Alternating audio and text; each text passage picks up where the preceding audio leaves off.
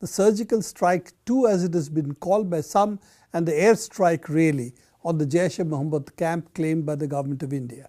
Raghu, what is this airstrike that has been being talked about, and what is the impact that it has had on the ground from the reports that we have?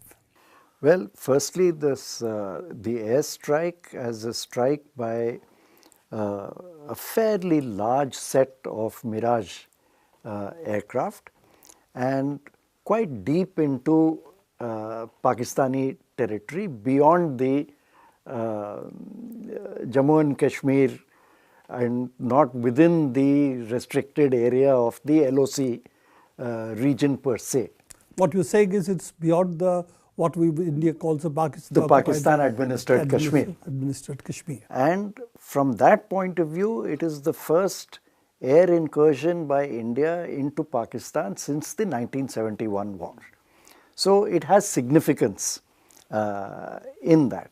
Secondly, of course, if the strike has been as successful as is claimed, and I think we will come to know in subsequent days how successful or not it has been, then if it has been a strike against established Jaish training camps at such a location, Balakot, which is, as I said, fairly deep inside the Khyber Pakhtunkhwa area of Pakistan, it's a significant development. Implications of this, I think, remain to be seen depending on how geopolitics unfolds. Narrowly, if we look at the strike itself, yes, the Pakistan representative, the military spokesperson, has claimed it was really not a deep strike. Right. The Indian Air Force was turned back, right, and it dropped its bombs in an uninhabited area. Yeah. On the other hand, we have at least the reports which indicate that it is relatively deeper, That's right, but we do not know the extent of the damage. That's right. How many aircraft participated and what is the kind of bombs used? It is said that there were 12 aircraft. How many of them actually went deep inside, we don't yet know. This is Mirage. These are Mirage Dash 2000, and these are the upgraded Dash 5 IN variants. And as you may recall, India has undertaken a fairly serious upgrade of the Mirages, and these were done by Hindustan Aeronautics in order to bring them up to date with more contemporary avionics and better weapons systems.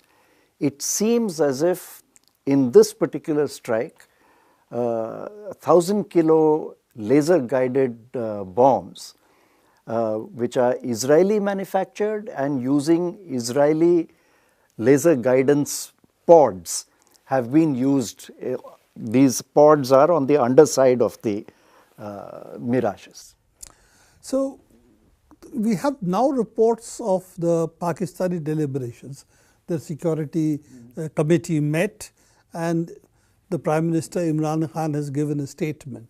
And he has said that they are going to take the media, international media also to the spot to show nothing has really happened. Right. Yes, bombs have been used, but they have fallen into essentially empty areas and with causing minor damage. Right. And I think some reports indicate one person has been injured. Right.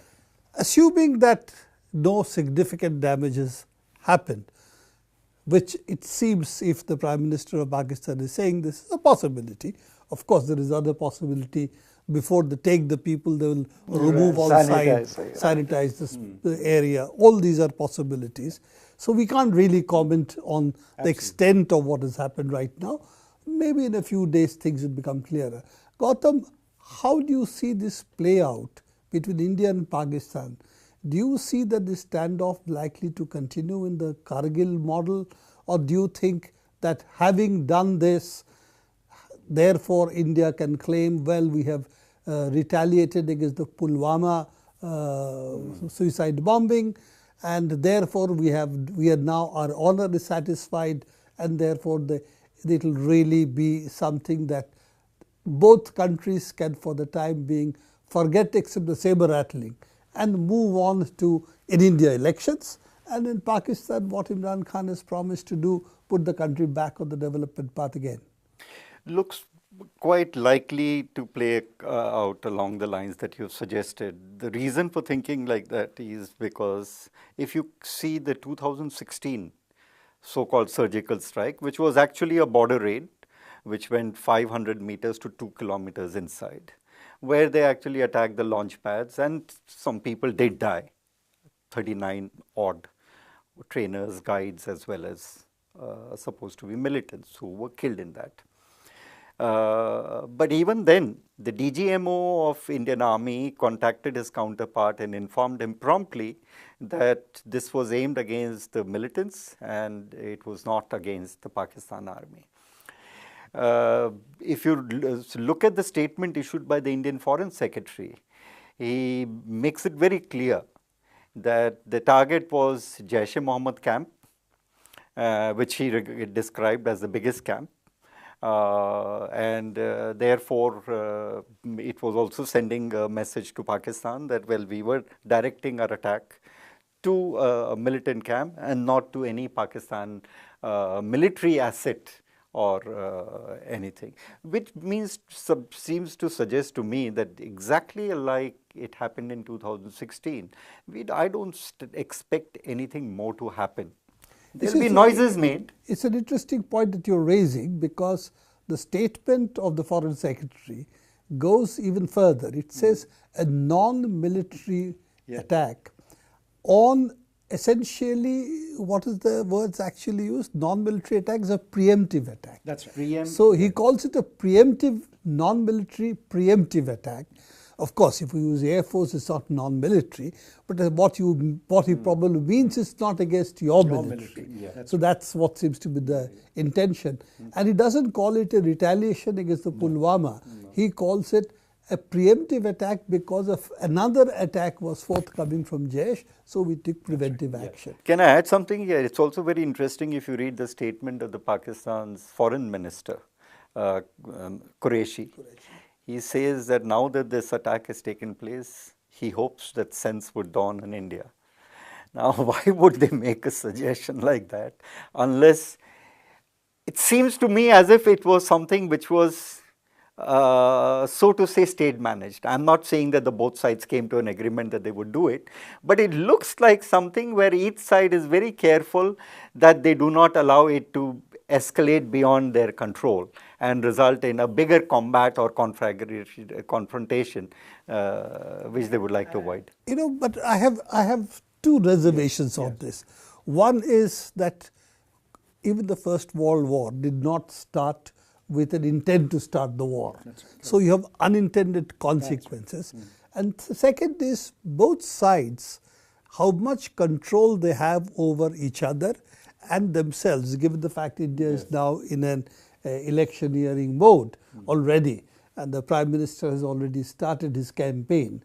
So how much of this saber rattling is controllable, and is there a chance of it spinning out of control? As you suggest, these things are always, however hard you try to calibrate measures, there's always a chance of things spiraling out of control, some trigger-happy divisional commander going off on a tangent. They are likely. In this case, my sense also is India seems to have taken the United States to some extent into confidence that such a strike was going to happen. And as you know, President Trump, who can't, I think, keep quiet for very long, promptly announced virtually 2 or 3 days ago that India is going to take some strong action. So it was clear that something was forthcoming, and India had informed the US. And I think India would also have taken the step, and the US would have correspondingly discussed this with Pakistan, saying, look, this is going to happen. It's not going to be aimed against your military. So you also cool it down and just let it pass. But as you say, things don't always follow intentions. If there is no other response coming from Pakistan, if there are no follow-up further actions by India, then I think things should tamp down from this. But time will tell. Yeah, Gautam, I would like to ask you, you're also an observer of what's happening in Pakistan. Doesn't this also challenge Imran Khan's prime ministership? Because after all, he's taken charge very recently, that if there's no response that is seen at all, and let's not forget, this is how it can always escalate. Right. What is the calibration of a response beyond which the other person will not retaliate further?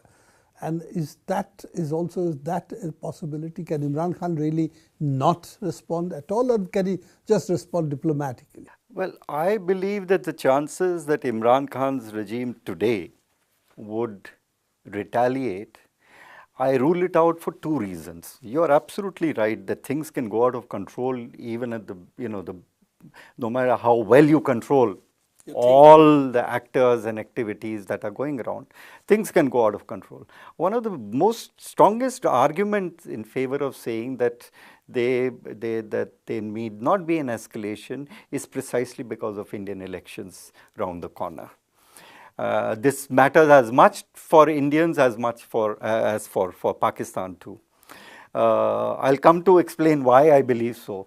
The second is, I think while Pakistan would be tempted and would be under pressure definitely to retaliate, going by what happened in 2016, where actually the body count was available to us and there was at least some credible evidence to suggest that some number of people did die. This time around we don't have any such luck. Since it was an aerial strike, we have to rely now on international media to provide the evidence of body count. And it's the body count that will count. If there is very little if Pakistan has suffered very little casualties, I don't see them coming under pressure. But if it is true that they've suffered as much as what the Indian claim, that they have killed 300 militants, then of course they'll be under pressure. So a lot depends on that evidence. There's also an interesting issue. Iran has also threatened Pakistan for a Fedayeen strike inside Iran. Of course, at that time it was not the local Iranian blowing himself up. It really seemed to have come across the border. So we have had two similar actions. One, of course, in this case, supported by Jaish, claimed by Jaish, but really, as we now know. And it's the same Jaish actually, which are yes. actually umbilically linked. Yeah, and in fact, more or less at the same time. More or less, in fact, within 24 hours. Within 24 hours. So this is also, there is this other part that sees a connection between the Saudi, the Pakistanis, the Jaish, who are all in some sense, Iran being clearly a Saudi target and India being clearly a Pakistan target. So this, and given the fact that Pakistan, Taliban and American triangle is also now playing out differently, Pakistan is on internationally a stronger wicket than it was earlier. Also because they matter so much for the Americans if they have to pull back their troops by keeping their prestige intact. Otherwise, they'll face a Saigon-like situation, I'm sure, in Afghanistan. So Afghanistan, Pakistan is extremely critical for Afghanistan if they want to de-escalate or draw down their forces. Yes. Thank you very much, Raghu and Gautam, to be with us for this discussion. Do keep watching NewsClick and our other discussions.